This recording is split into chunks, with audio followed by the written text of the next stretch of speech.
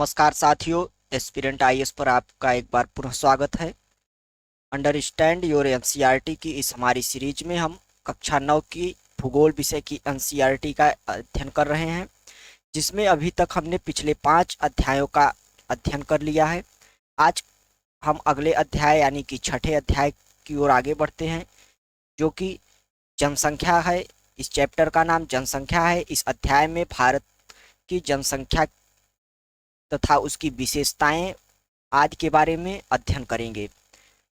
यह एनसीईआरटी भारत के भूगोल को समझने के लिए हमारा एक बेस तैयार करेगी, जो हम जो एडवांस लेवल की ज्योग्राफी, जब इंडियन ज्योग्राफी हम पढ़ेंगे तो उसमें हमारी अत्यधिक सहायता करेगी, और यह एग्जाम पर्सपेक्टिव से भी अत्यधिक आवश्यक है।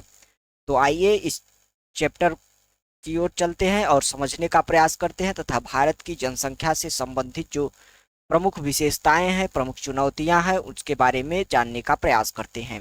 तो चलिए चलते हैं आगे। आज का हमारा जो टॉपिक है वह जनसंख्या से संबंधित है। तो देखते हैं कि भारत की जनसंख्या की क्या विशेषताएं हैं और इसकी क्या क्या चुनौतियां हैं। क्या आप मानव रहित विश्व की कल्पना कर सकते हैं? संसाधनों का उपयोग एवं सामाजिक तथा सांस्कृतिक वातावरण का निर्माण कौन करता है? समाज एवं अर्थव्यवस्था का विकास में मानव का महत्वपूर्ण योगदान होता है। मानव संसाधनों का निर्माण एवं उपयोग तो करता है, वे स्वयं भी विभिन्न गुणों वाले संसाधन होते हैं। यानी कि किसी भी देश में पाए जाने वाले जो संसाधन होते हैं उनका उपयोग मानव तो करता ही है, परंतु मानव जो होता है वह अपने आप में भी एक महत्वपूर्ण संसाधन होता है। कोयला तब तक चट्टान का एक टुकड़ा था जब तक कि मानव ने उसे प्राप्त करने की तकनीक का आविष्कार करके उसे एक संसाधन नहीं बनाया। प्राकृतिक घटनाएं जैसे बाढ़ या सुनामी जब किसी घनी आबादी वाले गांव या शहर को प्रभावित करते हैं, तभी वे आपदा बनते हैं। इसलिए सामाजिक अध्ययन में जनसंख्या एक आधार तत्व है। यह एक संदर्भ बिंदु है जिसमें दूसरे तत्वों का अवलोकन किया जाता है तथा उसके अर्थ एवं महत्व ज्ञात किए जाते हैं। संसाधन, आपदा एवं विनाश का अर्थ केवल मानव के लिए ही महत्वपूर्ण है। इस पैराग्राफ में मानव की इम्पोर्टेंस, हमारे इस पूरे इकोसिस्टम में किस प्रकार से मानव की इम्पोर्टेंस है, उसको बताने का प्रयास किया जा रहा है। बता रहा है कि जब तक मानव किसी भी संसाधन को अपने गुण, अपने ज्ञान के द्वारा उसे प्रसंस्कृत या प्रोसेसिंग के माध्यम से उसे उपयोगी बनाता है, तभी वह संसाधन उपयोग में आ सकता है। इसी प्रकार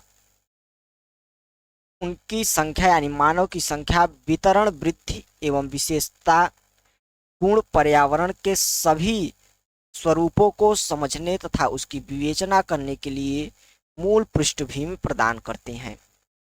मानव पृथ्वी के संसाधनों का उत्पादन एवं उपभोग करता है, इसलिए यह जानना आवश्यक है कि एक देश में कितने लोग निवास करते हैं, वे कहाँ और कैसे रहते हैं, उनकी संख्या में वृद्धि क्यों हो रही है तथा उसकी कौन कौन सी विशेषताएं हैं।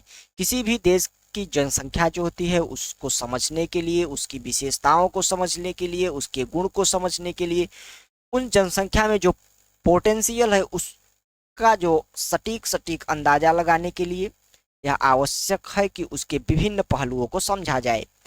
तो भारतीय जनगणना हमारे देश की जनसंख्या से संबंधित जानकारी हमें प्रदान करती है। इस प्रकार की जो जानकारी हमें चाहिए वह भारतीय जनगणना, जो कि 10 वर्षों के पश्चात की जाती है, उसके माध्यम से हमें प्राप्त कराई जाती है। सबसे पहले हम जनसंख्या से संबंधित 3 प्रमुख प्रश्नों पर विचार करेंगे। पहला प्रश्न है जनसंख्या का आकार एवं वितरण।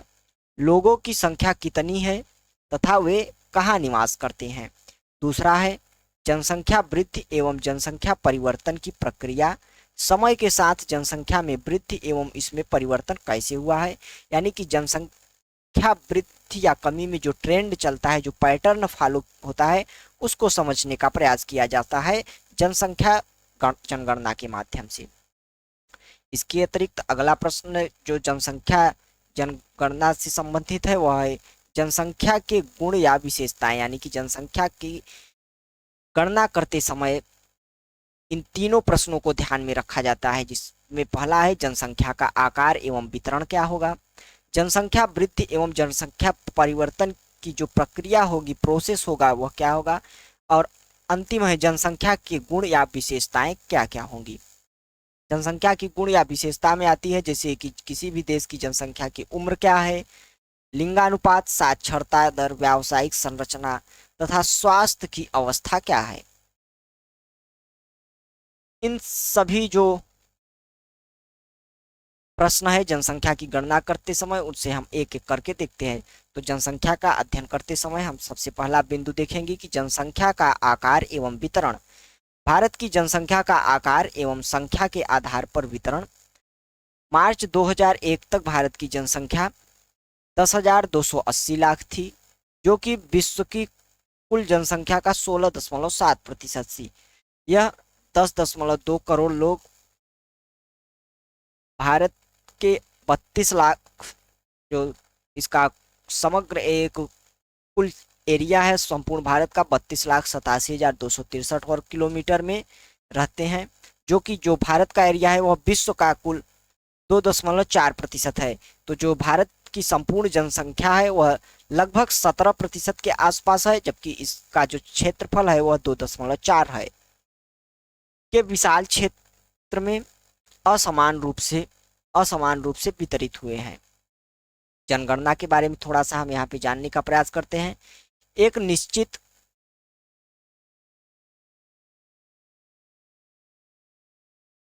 समय अंतराल में जनसंख्या की आधारित गणना जो होती है वह जनगणना कहलाती है। भारत में सबसे पहले 1872 में जनगणना की गई। हालांकि 1881 में पहली बार यह संपूर्ण जनगणना की जा सकी। उसी समय से प्रत्येक 10 वर्ष पर जनगणना होती है। भारतीय जनगणना जनसांख्यिकी, सामाजिक एवं आर्थिक आंकड़ों का सबसे बृहद स्रोत है। क्या आपने कभी जनगणना रिपोर्ट देखी है? क्या अपने पुस्तकालय में इसे देख सकते हैं।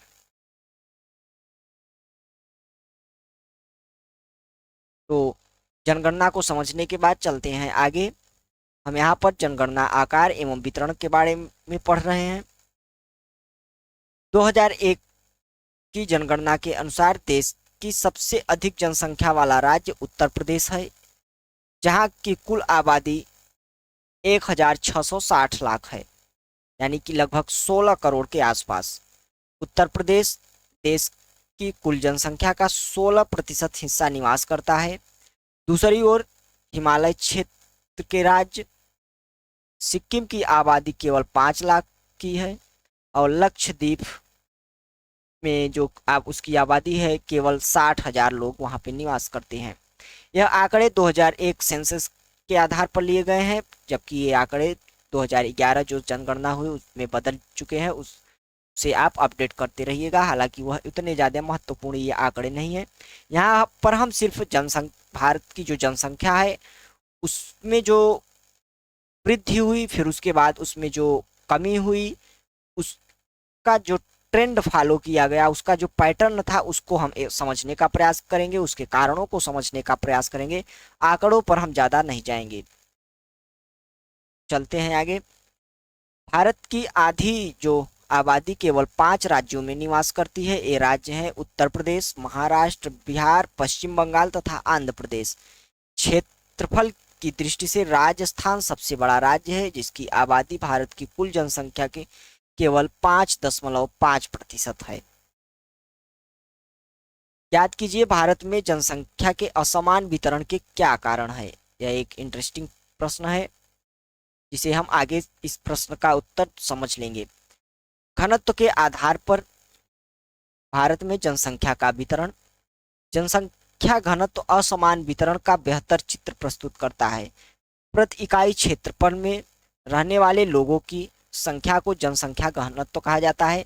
जनसंख्या घनत्व यह होता है कि जैसे एक निश्चित एरिया वाला क्षेत्रफल हो गया, एक एरिया हो गया, इसमें निवास करने वाले जो लोग होते हैं उन्हीं की जो संख्या होती है उसे ही हम जनसंख्या घनत्व कहा जाता है। जैसे यदि मान लिया जाए कि 5 स्क्वायर किलोमीटर में जितने भी लोग रहेंगे उसी को हम जनसंख्या घनत्व मान लेंगे। क्या आप जानते हैं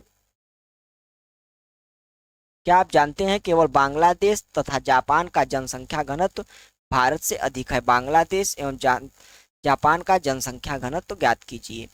2001 में भारत का जनसंख्या घनत्व 324 व्यक्ति प्रति वर्ग किलोमीटर था, जहां पश्चिम बंगाल का जनसंख्या घनत्व 904 व्यक्ति प्रति वर्ग किलोमीटर था।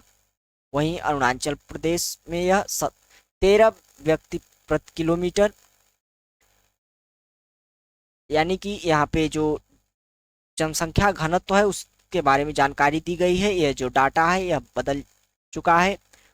वर्तमान में ये जो डाटा है वो 2011 जनगणना के आधार पर बदले जा चुके हैं, परंतु हमने यहाँ क्लियर कर लिया है कि हमें डाटा पर नहीं जाना है, हमें सिर्फ कॉन्सेप्ट को क्लियर करना है कि किस प्रकार से भारत की जनसंख्या का वृद्धि या उसमें कमी या उसमें स्थायित्व का ट्रेंड रहा है तथा उसकी क्या क्या विशेषताएं हैं। चलते हैं आगे। 250 व्यक्ति प्रति किलोमीटर से कम जनसंख्या वाले घनत्व वालों के नाम बताइए। पर्वतीय क्षेत्र तथा प्रतिकूल जलवायु अवस्थाएं इन क्षेत्रों की विरल जनसंख्या के लिए उत्तरदायी हैं। किस राज्य का जनसंख्या घनत्व 100 व्यक्ति प्रति वर्ग किलोमीटर से भी कम है और क्यों? असम एवं अधिकतर प्रायद्वीपीय राज्यों का जनसंख्या घनत्व मध्यम है। पहाड़ी कटे छटे एवं पथरीले भूभाग, मध्यम से कम वर्षा, छिछली एवं कम उपजाऊ मिट्टी इन राज्यों के जनसंख्या घनत्व को प्रभावित करती है। तो जनसंख्या घनत्व को प्रभावित करने वाले कारकों के बारे में दिया गया है। इसमें बताया गया है कि असम एवं अधिकतर जो प्रायद्वीपीय राज्य होते हैं उनमें जो जनसंख्या घनत्व है वह मध्यम प्रकार का है। पहाड़ी क्षेत्र, क्योंकि इन क्षेत्रों में पहाड़ी क्षेत्र, कटे फिटे जो पथरीले क्षेत्र पाए जाते हैं, इसमें कृषि कार्य अत्यधिक दुर्लभ होता है। इसके अतिरिक्त इन क्षेत्रों में जो मिट्टी की परत है उसकी मोटाई भी कम है, जो कृषि कार्य के लिए अत्यधिक उपयोगी नहीं है, जो कि इन क्षेत्रों में जनसंख्या के कम घनत्व होने के कारण है। चलते हैं आगे। उत्तरी मैदानी भाग जो है वह दक्षिण के केरल तथा जो उत्तरी का मैदानी भाग है एवं दक्षिण के केरल में जनसंख्या घनत्व बहुत अधिक है, क्योंकि यह समतल मैदान एवं उपजाऊ मिट्टी पाई जाती है तथा पर्याप्त मात्रा में वर्षा होती है। उत्तरी मैदान में अधिक जनसंख्या घनत्व वाले 3 राज्यों के नाम बताइए। अभी हमने देखा कि किस प्रकार से पर्वतीय क्षेत्र और प्रायद्वीपीय क्षेत्र में कम जनसंख्या घनत्व है, जबकि इसके विपरीत उत्तर के मैदानी इलाका जो गंगा और जमुना, ब्रह्मपुत्र, सिंधु का जो मैदानी इलाका है उसमें अत्यधिक जनसंख्या घनत्व पाया जाता है। इसका मुख्य कारण है मिट्टी की मोटी परत यहाँ पर पाई जाती है, जो कि अत्यधिक उपजाऊ होती है, जो कि लोगों के बसने के लिए एक अनुकूलतम जगह में से एक होती है। जनसंख्या घनत्व के आधार पर इस मैप को हम समझ सकते हैं कि जिस प्रकार से जहाँ कलर की जो इंटेंसिटी है वह बढ़ती जा रही है, तो वह जनसंख्या घनत्व के बढ़ते हुए क्रम को दर्शाती है। जैसे कि हम यहाँ पे देख सकते हैं कि ये उत्तर प्रदेश, दिल्ली का एरिया, बिहार, पश्चिम बंगाल और इधर केरल का जो क्षेत्र है यह अत्यधिक जनसंख्या घनत्व वाला एरिया है। यह क्षेत्र आप जानते हैं कि यह क्षेत्र उत्तर का मैदान है, जो कि अत्यधिक उपजाऊ भी है। और जिस प्रकार देखते हैं कि कलर की इंटेंसिटी घटती जाती है, इस क्षेत्रों में जो जनसंख्या का घनत्व है वह कम होता चला जाता है। तो इस मैप को आप वीडियो को रोककर एक बार देखिएगा और इस ट्रेंड को समझने का प्रयास कीजिएगा तथा उन कारणों को भी समझिएगा कि क्या कारण है कि इन क्षेत्रों में जनसंख्या का घनत्व कम है। तो चलते हैं आगे। जनसंख्या वृद्धि एवं जनसंख्या परिवर्तन की प्रक्रिया। जनसंख्या एक परिवर्तनशील प्रक्रिया है। आबादी की संख्या, वितरण एवं संगठन में लगातार परिवर्तन होता है। यह परिवर्तन 3 प्रक्रिया, जन्म, मृत्यु एवं प्रवास के आपसी संयोजन के प्रभाव के कारण होता है। यहाँ पर बताया गया है कि जनसंख्या जो है वह एक परिवर्तनशील प्रक्रिया है। जनसंख्या लगातार परिवर्तित होती रहती है, वह कभी कम, कभी स्थिर तथा कभी बढ़ती हुई प्रतीत होती है। यह प्रक्रिया जो है वह 3 कारकों के माध्यम से नियंत्रित होती है। पहला है जन्म दर, दूसरा है मृत्यु दर, तीसरा है प्रवास। यदि किसी क्षेत्र में जन्म दर में वृद्धि होगी तो जनसंख्या में वृद्धि होगी, यदि मृत्यु दर में वृद्धि होगी तो जनसंख्या में कमी होगी। और इसी प्रकार प्रवास तो जो प्रकार का होता है आप्रवास और उत्प्रवास, इनके माध्यम से यदि किसी क्षेत्र में अत्यधिक प्रवास आएगा तो उस क्षेत्र की जनसंख्या बढ़ेगी, उस क्षेत्र की जो जनसंख्या कंपोजिशन होगा वह भी बदलेगा। तो देखते हैं आगे जनसंख्या वृद्धि। जनसंख्या वृद्धि का अर्थ होता है किसी विशेष समय अंतराल जैसे 10 वर्षों के भीतर किसी देश राज्य के निवासियों की संख्या में परिवर्तन। इस प्रकार के परिवर्तन को दो प्रकार से व्यक्त किया जा सकता है, पहला सापेक्ष वृद्धि, दूसरा प्रति वर्ष में होने वाली प्रतिशत वृद्धि। प्रत्येक वर्ष या एक दशक में बढ़ी जनसंख्या कुल संख्या में वृद्धि का परिणाम है। पहले की जनसंख्या जैसे कि 1991 की जनसंख्या को बाद की जनसंख्या जैसे कि 2001 की जनसंख्या से घटाकर प्राप्त किया जाता है। इसे निरपेक्ष जनसंख्या वृद्धि कहा जाता है। यहाँ पर जनसंख्या वृद्धि के बारे में बताया गया है कि एक निश्चित समय अंतराल पर जो जनसंख्या में बढ़ोतरी होती है उसी को हम जनसंख्या वृद्धि कहते हैं।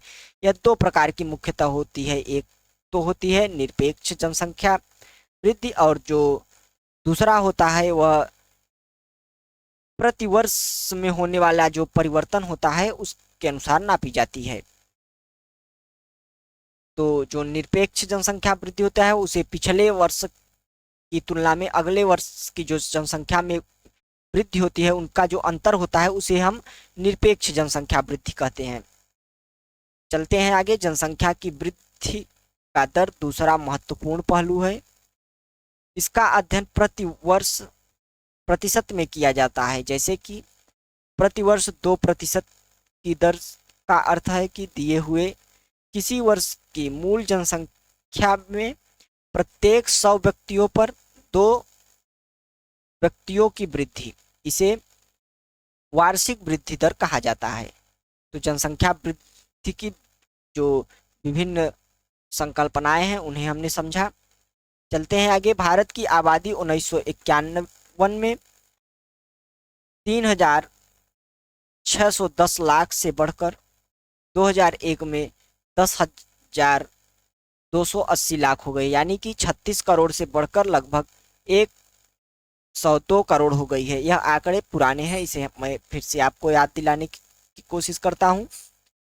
तो इस चार्ट में हम देखते हैं कि किस प्रकार से भारत की जनसंख्या में एक बढ़ता हुआ क्रम हमें दिखेगा, जिस ट्रेंड को हम समझ सकते हैं कि किस प्रकार से जो एक ट्रेंड रहा है भारत की जनसंख्या में वृद्धि का वह देखा गया है। यह जो बढ़ता हुआ प्रतिशत है वह बीच बीच में ब्रेक भी हुआ है। कभी देखा गया है कि जो वृद्धि का प्रतिशत है वह कम भी हुआ है, वह स्थिर भी रहा है। तो इस प्रकार हम जान सकते हैं कि जो भारत की जनसंख्या है वह लगातार ही बढ़ी है, परंतु उसके बढ़ने के जो प्रतिशत है उसमें गिरावट दर्ज की जा रही है। चलते हैं आगे, देखते हैं कि सारणी ये जो है तथा जो चित्र 4 या 6.4 यह दर्शाता है कि 1951 से 1981 तक जनसंख्या की वार्षिक वृद्धि दर नियमित रूप से बढ़ रही थी। यह जनसंख्या की वृद्धि का जो पैटर्न है उसे हम समझ रहे हैं, तथा ये जनसंख्या तीव्र वृद्धि की व्याख्या करते हैं, यानी कि 1951 से 1981 तक अत्यधिक तीव्र गति से जनसंख्या में वृद्धि हो रही थी। 1951 में 36 करोड़ से 1981 में लगभग 68 करोड़ हो गई, किंतु 1981 से वृद्धि दर धीरे धीरे कम होने लगी। इस दौरान जन्म दर में तेजी से कमी आई, फिर भी केवल 1990 में कुल जनसंख्या लगभग 1820 लाख की वृद्धि हुई, यानी कि 1981 से 1990 के बीच लगभग 18 करोड़ की जनसंख्या वृद्धि दर्ज की गई। ये जो ग्राफ यहाँ पे दिख रहा है इसमें जनसंख्या वृद्धि का जो पैटर्न है उसे हम देख सकते हैं ईयर बाय ईयर के किस प्रकार से यह ग्राफ लगातार उठता हुआ चला गया है।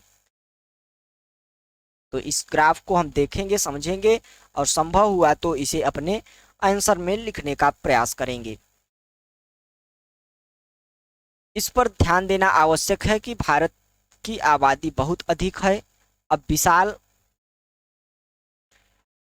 अब विशाल जनसंख्या में कम वार्षिक दर जो लगाया जाता है, तब इसे सापेक्ष जो वृद्धि है वह बहुत अधिक होती है।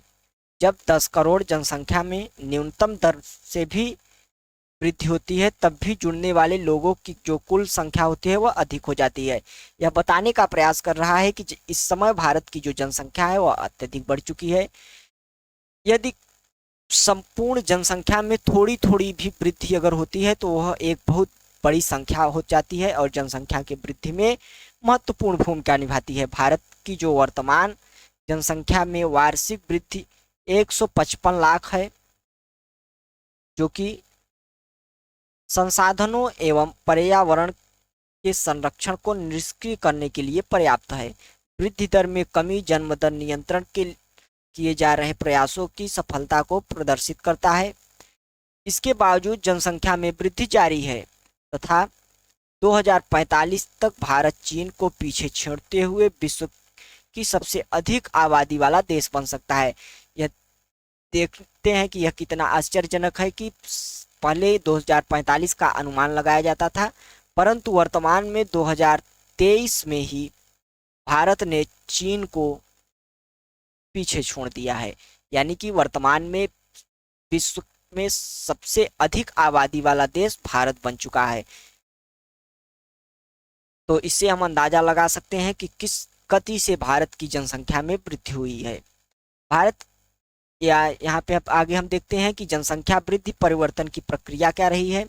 जनसंख्या में होने वाले परिवर्तन 3 मुख्य प्रक्रियाओं के द्वारा होते हैं, जिसे हमने पहले भी देखा कि वह है जन्म दर, मृत्यु दर तथा प्रवास। जन्म दर एवं मृत्यु दर के बीच का अंतर जनसंख्या की जो प्राकृतिक वृद्धि है उसको प्रदर्शित करता है। एक वर्ष में प्रति 1000 व्यक्तियों में जितने जीवित बच्चों का जन्म होता है उसे हम जन्म दर कहते हैं। जैसे कि किसी क्षेत्र में 1000 लोग निवास कर रहे हैं, उस पूरे वर्ष में या एक निश्चित समय में 1000 व्यक्तियों पर जितने जीवित बच्चों का जन्म होता है, जितने बच्चों का जन्म होता है उनमें से जितने बच्चे जीवित रह जाते हैं, उनका जो प्रतिशत होता है उसी को हम जन्म दर कहते हैं। यह वृद्धि एक प्रमुख घटक है क्योंकि भारत में हमेशा जन्म दर मृत्यु दर से अधिक रहा है। एक वर्ष में प्रति 1000 व्यक्तियों पर मरने वालों की जो संख्या होती है उसे मृत्यु दर कहा जाता है। मृत्यु दर में तेज गिरावट भारत की जनसंख्या में वृद्धि की दर का मुख्य कारण है। 1980 तक उच्च जन्म दर एवं मृत्यु दर में लगातार गिरावट के कारण जन्म दर एवं मृत्यु दर में काफी बड़ा अंतर आ गया। इसके कारण जनसंख्या वृद्धि दर अधिक हो गई। 1981 से धीरे धीरे जन्म दर में भी गिरावट आनी शुरू हुई। इसके परिणाम स्वरूप जनसंख्या वृद्धि दर में भी गिरावट आई। इस प्रकार के चलन का क्या कारण है? इस पैराग्राफ में हम जो भारत की जनसंख्या की वृद्धि है उसके बाद उसमें जो प्रतिशत में कमी आई है उसके पैटर्न के बारे में बता रहा है कि किस प्रकार से 1981 के बाद जो जनसंख्या में वृद्धि दर थी वह लगातार घटती चली गई और 1981 के पहले जो जन्म दर था और जो मृत्यु दर था उसमें जो एक बड़ा गैप हुआ वही जनसंख्या के विस्फोट होने का कारण बना। चलते हैं आगे। जनसंख्या वृद्धि का तीसरा घटक जो है वह प्रवास है। हमने जन्म दर और मृत्यु दर को देखा। अगला घटक जो हमारा है वह प्रवास है, माइग्रेशन। लोगों का एक क्षेत्र से दूसरे क्षेत्र में चले जाना प्रवास कहलाता है। प्रवास आंतरिक यानी देश के भीतर या अंतरराष्ट्रीय हो सकता है। आंतरिक प्रवास जनसंख्या के आकार में कोई परिवर्तन नहीं लाता, लेकिन यह एक देश के भीतर जनसंख्या के वितरण को प्रभावित करता है। जनसंख्या वितरण एवं उसके घटक को परिवर्तित करने में प्रवास महत्वपूर्ण भूमिका निभाता है। इस पैराग्राफ में हमने समझा कि किस प्रकार से प्रवास जो है वह जन्म दर और मृत्यु दर से अलग एक जनसंख्या वृद्धि में एक अपनी महत्वपूर्ण भूमिका निभा रहा है। प्रवास से हमारा तात्पर्य है एक स्थान से दूसरे स्थान पर लोगों का चले जाना। यह दो प्रकार का हो सकता है, एक आंतरिक या अंतर्राष्ट्रीय। आंतरिक जो प्रवास होता है वह देश की जो संपूर्ण जनसंख्या है उसमें कोई परिवर्तन नहीं करता, परंतु यह जो देश की जनसंख्या का वितरण है उसमें असमानता जरूर लाता है। चलते हैं आगे। भारत में अधिकतर जो प्रवास ग्रामीण से शहरी क्षेत्रों की ओर है, क्योंकि ग्रामीण क्षेत्रों में जो आकर्षण यानी अपकर्षण सारी यानी कि पुश की प्रक्रिया जो है वह प्रभावी होती है। ये ग्रामीण क्षेत्रों में गरीबी एवं बेरोजगारी की प्रतिकूल अवस्थाएं हैं, तथा नगर का जो आकर्षण यानी कि पुल होता है, खिंचाव होता है, वह प्रभाव रोजगार में वृद्धि, अच्छे जीवन के स्तर को दर्शाता है। जो भारत में है वह अधिकतर प्रवास जो होता है वह ग्रामीणों से शहरों की ओर होता है, क्योंकि ग्रामीणों में जो सुविधाओं का अभाव होता है, अच्छे जीवन स्तर का अभाव होता है, रोजगार का अभाव होता है, वह एक पुश फैक्टर बन जाता है। वह यानी कि वह लोगों को वहां से ठेलता है, वह लोगों को वहां से पुश करता है कि यहाँ से बाहर निकलो और अच्छे जीवन की तलाश करो। जबकि जो शहर होते हैं, जो नगर होते हैं, वह इन्हीं सब कारणों यानी कि रोजगार प्रदान करते हैं, अच्छा जीवन स्तर प्रदान करते हैं, आय प्रदान करते हैं, जो कि एक पुल फैक्टर के रूप में विकसित होता है। प्रवास जनसंख्या परिवर्तन का एक महत्वपूर्ण घटक है। यह केवल जनसंख्या के आकार को ही प्रभावित नहीं करता, बल्कि उम्र एवं लिंग के दृष्टिकोण से नगरीय एवं ग्रामीण जनसंख्या की संरचना को भी प्रभावित करता है। भारत में ग्रामीण नगरीय प्रवास के कारण शहरों तथा नगरों की जनसंख्या में नियमित वृद्धि हुई है।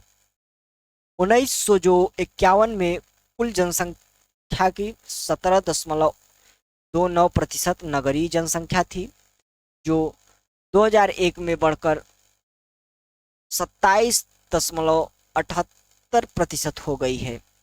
यह जो जनसंख्या वृद्धि है वह भारत में बढ़े हुए नगरीकरण को दर्शाती है, जो वर्तमान में 2011 के सेंसस के अनुसार यह डाटा बदल चुका है। वर्तमान में जो भारत की नगरीय जनसंख्या है वह लगभग 31.16% के आसपास है। एक दशक यानी कि 1991 से 2001 के भीतर 10 लाख से अधिक जनसंख्या वाले नगर की संख्या 23 से बढ़कर 35 हो गई है, जो कि भारत में तीव्र नगरीकरण की प्रक्रिया को दर्शाने का प्रयास करता है।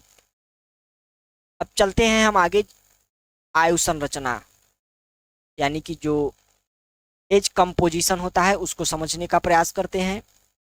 किसी देश में जनसंख्या की आयु संरचना वहां के विभिन्न आयु समूहों के लोगों की संख्या को बताता है। यह जनसंख्या की मूल विशेषताओं में से एक है। जो आयु संरचना होता है वह किसी भी देश में निवास करने वाले लोगों की जो कार्य क्षमता है उसको भी प्रदर्शित करता है। वह बताता है कि इस देश में युवाओं का कितना प्रतिशत है, बुजुर्गों का कितना प्रतिशत है तथा बालकों का कितना प्रतिशत है। एक व्यक्ति की जो आय उसकी इच्छा, खरीदारी तथा काम करने की क्षमता को पर्याप्त रूप से प्रभावित करती है। परिणाम स्वरूप बच्चे, वयस्क एवं वृद्धों की संख्या एवं प्रतिशत किसी भी क्षेत्र की आबादी एवं सामाजिक आर्थिक ढांचे का निर्धारण होता है। जैसा कि हमने पहले ही बताया कि किसी भी देश की, किसी भी क्षेत्र की जो एज कंपोजिशन होता है वह उसके सामाजिक आर्थिक जो ढांचा होता है उसको निर्धारित करने में महत्वपूर्ण भूमिका निभाते हैं, क्योंकि विभिन्न एज ग्रुप के लोगों का जो खरीदारी होती है, उनका जो पसंद होता है, उनका जो एटीट्यूड होता है मार्केट को लेकर वह अलग अलग होता है। अब चलते हैं आगे। किसी राष्ट्र की आबादी को सामान्यतः 3 वर्गों में बांटा जाता है। पहला, बच्चे जो सामान्यतः 15 वर्ष से कम होते हैं, ये आर्थिक रूप से उत्पादनशील नहीं होते हैं तथा इनको भोजन, वस्त्र एवं स्वास्थ्य संबंधी सुविधा उपलब्ध कराने की आवश्यकता होती है। दूसरा जो वर्ग होता है किसी भी क्षेत्र की आबादी का, वह होता है वयस्क वर्ग, जिसमें 15 से 59 वर्ष के लोग आते हैं। ये आर्थिक रूप से उत्पादनशील तथा जैविक रूप से प्रजननशील होते हैं। यह जनसंख्या का कार्यशील वर्ग होता है। और किसी भी क्षेत्र की जनसंख्या का तीसरा जो समूह होता है वह है वृद्धों का समूह, यानी कि 59 वर्ष से जो ज़्यादा के लोग होते हैं वह उन्हें इन समूह में रखा जाता है। ये आर्थिक रूप से उत्पादनशील या अवकाश प्राप्त हो सकते हैं। ये स्वैच्छिक रूप से कार्य कर सकते हैं, लेकिन भर्ती प्रक्रिया के द्वारा इनकी नियुक्ति नहीं की जा सकती है। भारत की उम्र संरचना को या 2001 के सेंसस के अनुसार हम देखें, यही जो पैटर्न है वह कमोबेश वर्तमान में भी बना हुआ है, जिसे हम समझ सकते हैं। परंतु डाटा पर मत जाइए, डाटा को अपडेट करते रहिए। इसके माध्यम से हम एक पैटर्न को समझ सकते हैं। भारत की जनसंख्या जो है उसके जो कैरेक्टरिस्टिक्स हैं उसको हम समझ सकते हैं। तो जो एज कंपोजिशन है उसको हम देखते हैं कि वयस्कों का जो प्रतिशत है वह 58% है, यानी कि भारत में कार्यशील जनसंख्या का एक बड़ा अनुपात पाया जाता है, जो कि डेमोग्राफिक डिविडेंड की ओर भारत को ले जाता है। इसके अतिरिक्त जो वृद्धों का प्रतिशत है वह लगभग 7% है और बच्चों का प्रतिशत 34.5% के आसपास टिका हुआ है। अब चलते हैं आगे। बच्चों तथा वृद्धों का जो प्रतिशत है यह जनसंख्या के आश्रित अनुपात को प्रभावित करता है, क्योंकि ये समूह उत्पादक नहीं होते हैं। भारत की जनसंख्या में इन तीनों समूहों का अनुपात जो है वह 6.6 चित्त संख्या है, उसमें भी दर्शाया गया है, जिसे हम आगे देखते हैं। जनसंख्या की विशेषताओं में अगला जो हमारा बिंदु है वह है लिंगानुपात, सेक्स रेशियो। इसके बारे में हम जानने का प्रयास करते हैं तथा भारत में क्या पैटर्न रहा है इसे भी समझने का प्रयास करते हैं। प्रति 1000 पुरुषों पर महिलाओं की संख्या को लिंग अनुपात कहा जाता है, यानी कि किसी क्षेत्र में 1000 जो पुरुष होंगे उन पर महिलाओं का जो अनुपात होगा उसी को लिंगानुपात कहा जाता है। यह जानकारी किसी दिए गए समय में समाज में पुरुषों एवं महिलाओं के बीच समानता की सीमा मापने के लिए महत्वपूर्ण सामाजिक सूचक है। देश में लिंग अनुपात प्रायः महिलाओं के पक्ष में नहीं होता है। ऐसा क्यों होता है, इसके क्या कारण है, इसका आप पता लगाइए तथा इस बारे में विचार कीजिए। सन 1951 से 2001 के बीच लिंग अनुपात को इस सारणी में समझा जा सकता है। जैसे कि हम देखते हैं कि स्टार्टिंग में यानी में 946 के आसपास था, जिसमें यह लगातार इसमें हम देखते हैं कि कमी देखी जा रही है और वर्तमान में भी इसमें कमी देखने को हमें मिल रही है। तो किस प्रकार से जो लिंगानुपात है वह सतत रूप से कम होता चला गया उसे इस सारणी में देखा जा सकता है। इसके क्या कारण है, इसका जो कारण है वह काफी विचारणीय है और आप इस पर विचार करने के लिए स्वतंत्र है और आपको चाहिए कि इस पर अवश्य विचार किया जाए कि क्यों जो भारत का सेक्स रेशियो है वह लगातार कम होता चला जा रहा है। केरल के प्रति 1000 पुरुषों पर जो महिलाओं का अनुपात है वह 1058 है। केरल जो एक भारत का राज्य है इकलौता, उसमें जनसंख्या का जो अनुपात है वह अत्यधिक है। वह पुरुषों की तुलना में महिलाओं का जो संख्या है, महिलाओं की जो संख्या है वह अधिक है। इसके अतिरिक्त पांडिचेरी जो केंद्र शासित प्रदेश है उसमें भी महिलाओं की जो संख्या है वह पुरुषों की तुलना में अधिक है। और सबसे कम जनसंख्या जो सेक्स रेशियो वाले स्टेट है उनमें दिल्ली आता है। दिल्ली में 821 के करीब जो वह पुरुषों और महिलाओं का अनुपात है। इसके अलावा हरियाणा में भी प्रति 1000 जो पुरुष हैं उन पर 861 ही महिलाएं हैं। इस प्रकार विभिन्नताओं के क्या कारण हो सकते हैं?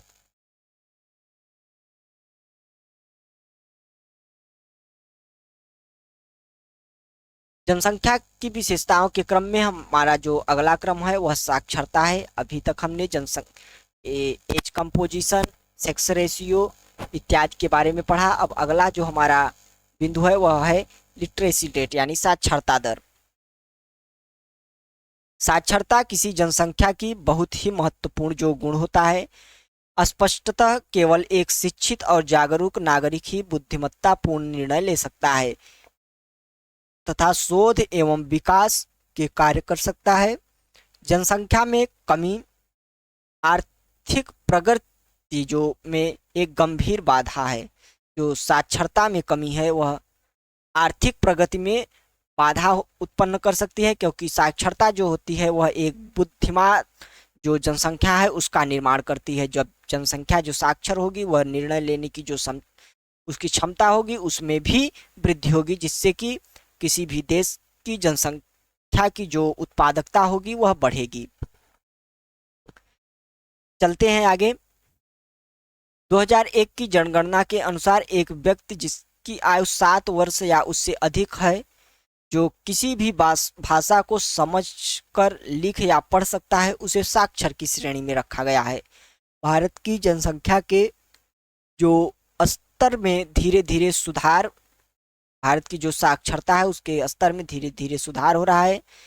2001 की जनगणना के अनुसार देश की साक्षरता 64.84% है, जिसमें पुरुषों की साक्षरता 75.26% तथा महिलाओं की साक्षरता 53.67% है।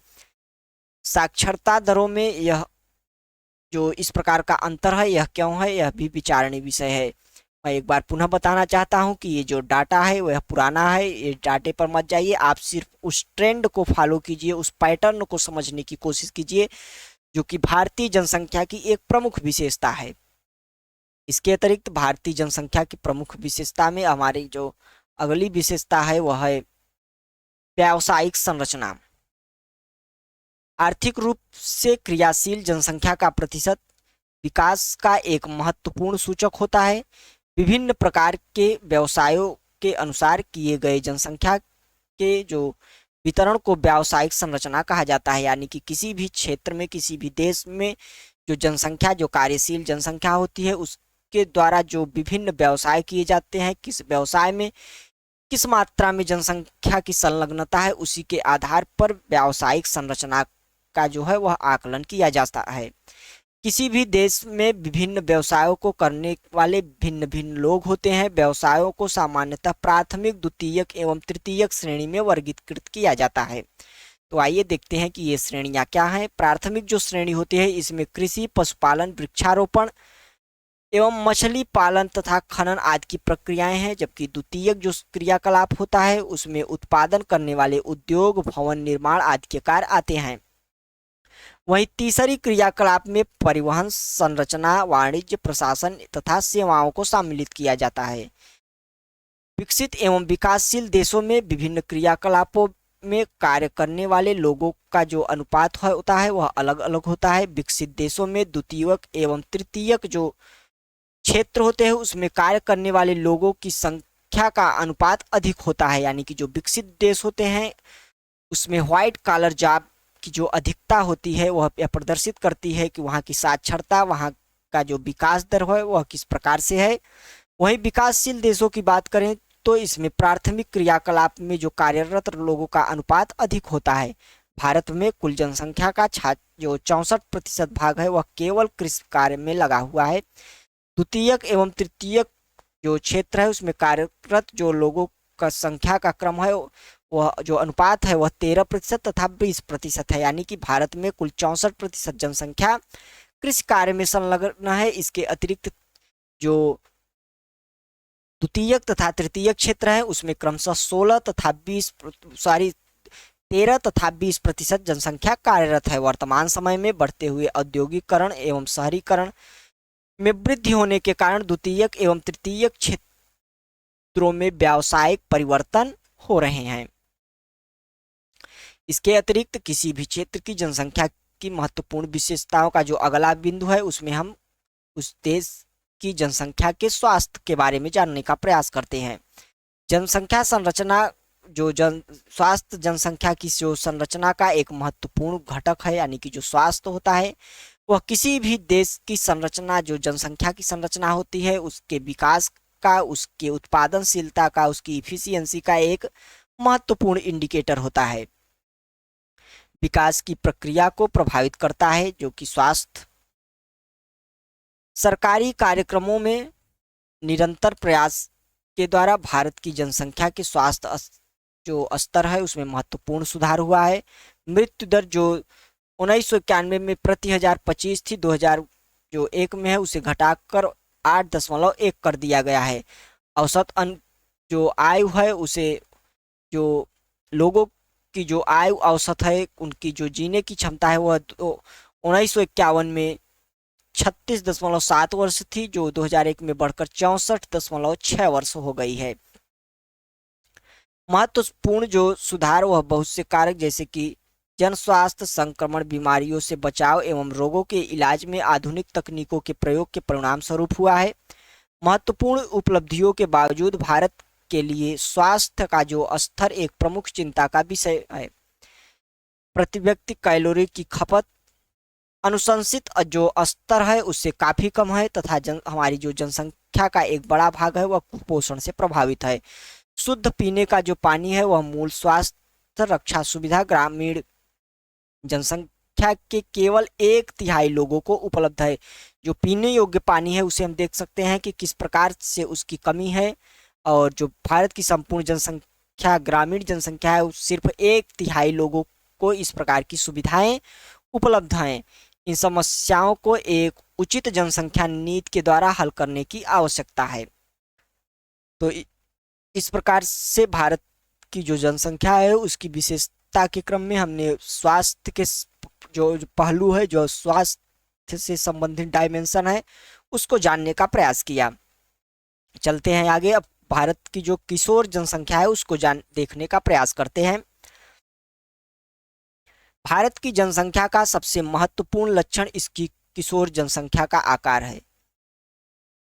यह भारत की कुल जनसंख्या का 5वां हिस्सा है, यानी कि लगभग 20% है। किशोर प्रायः 10 से 19 वर्ष की आयु के वर्ग होते हैं। ये भविष्य में सबसे महत्वपूर्ण मानव संसाधन है। किशोर के लिए पोषक तत्वों की आवश्यकताएं बच्चों तथा जो वयस्कों से अधिक होती है। कुपोषण से इनका जो स्वास्थ्य खराब और विकास अवरोधित हो सकता है, परंतु भारत में किशोरों को प्राप्त भोजन में पोषक तत्वों की पर्याप्त होते हैं। बहुत सी किशोर जो बालिकाएं हैं रक्तहीनता से पीड़ित हैं, यानी इनेमिया का शिकार हैं। विकास की प्रक्रिया में उनकी समस्याओं पर पर्याप्त ध्यान नहीं दिया गया। किशोर बालिकाओं को अपनी समस्याओं के प्रति संवेदनशील बनाना चाहिए। शिक्षा के प्रसार तथा इसमें सुधार के द्वारा उन समस्याओं के प्रति जागरूकता जो है वह बढ़ाई जा सकती है। तो किशोर जनसंख्या के संबंध में उसकी विशेषताएं क्या है, भारत की जो किशोर जनसंख्या है उसके बारे में हमने देखा कि किस प्रकार उनके खाद्य पदार्थ जो हैं उसमें पोषण तत्वों की कमी है। जो बालिकाएं हैं उन तमाम समस्याएं हैं जैसे कि इनेमिया, रक्त की अल्पता इत्यादि की जो समस्याएं हैं वह अत्यधिक मात्रा में बढ़ रही हैं। भारत की जो जनसंख्या है उसमें जो उसकी जो गुणवत्ता है वह इन्हीं किशोर जो जनसंख्या का जो संरचना है इसी पर आधारित करती है कि किस प्रकार की जनसंख्या आगे होगी और उसकी जो कार्य क्षमता होगी वह किस प्रकार होगी। आगे देखते हैं कि राष्ट्रीय जनसंख्या नीति परिवार के आकार को सीमित रखकर एक व्यक्ति के स्वास्थ्य एवं कल्याण को सुधारा जा सकता है, तथा इस तथ्य को ध्यान में रखते हुए सरकार ने 1952 में एक व्यापक परिवार नियोजन कार्यक्रम का आरंभ किया। परिवार कल्याण कार्यक्रम जिम्मेदार तथा सुनियोजित पितृत्व को बढ़ावा देने के लिए जो कार्यरत है। राष्ट्रीय जनसंख्या नीति 2000 कई वर्षों के नियोजित प्रयासों का जो है वह परिणाम है। तो इस प्रकार हमने देखा कि भारत सरकार जो है वह परिवारों के आकार को सीमित करने, प्रति जो व्यक्ति हैं उनके स्वास्थ्य में सुधार करने, उनके कल्याण करने के लिए एक व्यापक परिवार नियोजन कार्यक्रम 1952 में लाती है, जिसके माध्यम से परिवार कल्याण कार्यक्रम इत्यादि चलाए जाते हैं। जो राष्ट्रीय जनसंख्या नीति 2014 वर्ष से कम आयु के बच्चों को निःशुल्क शिक्षा प्रदान करने, शिशु मृत्यु दर को प्रति 1000 से 30 से कम करने, व्यापक स्तर पर टीकारोधी बीमारियों से बच्चों को छुटकारा दिलाने, लड़कियों की शादी की उम्र बढ़ाने के लिए प्रोत्साहित करने तथा परिवार नियोजन को एक जन केंद्रित कार्यक्रम बनाने के लिए नीतिगत ढांचा प्रदान करती है। यह 2000 की जनसंख्या जो राष्ट्रीय जनसंख्या नीति है उसकी एक समरी है, जिसमें 14 वर्ष से कम आयु के बच्चों के लिए निःशुल्क शिक्षा की व्यवस्था की गई है, तथा जो शिशु मृत्यु दर है उसे प्रति 1000 या जो 30 का दर है उससे कम करने का प्रयास किया जा रहा है। राष्ट्रीय जनसंख्या नीति और किशोर, इसमें किशोरों से संबंधित क्या प्रावधान है उसके बारे में देखते हैं। जो राष्ट्रीय जनसंख्या नीति 2000 है उसमें किशोर किशोरियों की पहचान जनसंख्या के उस प्रमुख भाग के रूप में की गई है जिस पर बहुत अधिक जो ध्यान देने की आवश्यकता है। जैसा कि हमने पहले देखा कि जो किशोर का एक एज ग्रुप होता है लगभग 10 से 19 वर्ष का, वह अत्यधिक ही महत्वपूर्ण ग्रुप है जो कि आगे की कार्यशील जनसंख्या का निर्धारण करेगा और अर्थव्यवस्था को एक नया रूप देने में अपनी महत्वपूर्ण भूमिका निभाएगा।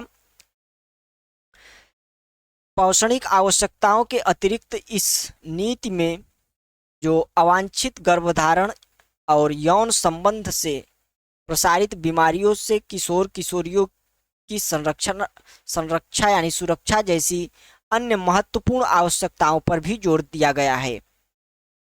इसके द्वारा ऐसे क्रियाकलाप चलाए गए जिसका उद्देश्य देर से विवाह और देर से संतानोत्पत्ति को प्रोत्साहन करना, किशोर किशोरियों को असुरक्षित यौन संबंधों के कुप्रभावों के बारे में शिक्षित करना, गर्भनिरोधक सेवाओं को की जो पहुंच है उसकी जो खरीद है, तथा समुदाय संपूरक और पौषणिक सेवाएं उपलब्ध करवाना तथा बाल विवाह को रोकने में कानूनों को सुदृढ़ करना इस जो नीति है उसका प्रमुख उद्देश्य है। किसी भी राष्ट्र के लिए वहाँ के लोग बहुमूल्य संसाधन होते हैं। एक शिक्षित एवं स्वास्थ्य जनसंख्या की कार्यक्षमता शक्ति जो है वह प्रदान करती है, यानी कि जो किसी भी राष्ट्र होता है उस की जो जनसंख्या होती है वह उसके लिए एक बहुमूल्य संसाधन होती है।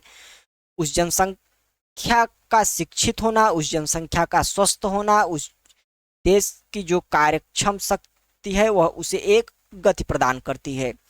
तो इसी के साथ भारत की जनसंख्या की जो विशेषताएं हैं उसमें जो बदलाव का एक पैटर्न है उसको हमने समझा और समझने का प्रयास किया। इस अध्याय से संबंधित कुछ अभ्यास प्रश्न है जिसे आप देखिएगा और इस चैप्टर में आपने जो पढ़ा अभी उसके आधार पर उत्तर देने का प्रयास कीजिएगा। तो कक्षा 9 की भूगोल विषय की एनसीईआरटी की इस हमारी सीरीज में आज का हमारा यह लास्ट चैप्टर था जिसे हमने कवर कर लिया। तो आशा करते हैं कि यह पूरी जो सीरीज है वह आपको अत्यधिक पसंद आई होगी। पिछले के जो अध्याय है उसका जो लिंक है वह डिस्क्रिप्शन में रहेगा, यदि आपने उन्हें नहीं देखा है तो उसे जाकर देखिए ताकि एक लिंक बना रहे। तो कक्षा 9 की जो भूगोल विषय की एनसीईआरटी है वह आज हमारे इसी चैप्टर के साथ समाप्त होती है। अगले क्रम में हम कक्षा 10 की भूगोल विषय की एनसीईआरटी का अध्ययन आने वाली कुछ कक्षाओं में करेंगे। तब तक के लिए नमस्कार, जय हिंद। यदि वीडियो पसंद आया है तो वीडियो को लाइक तथा शेयर करें और चैनल को सब्सक्राइब करें। मिलते हैं अगले वीडियो के साथ, अगले चैप्टर के साथ। तब तक के लिए पढ़ते रहिए। नमस्कार।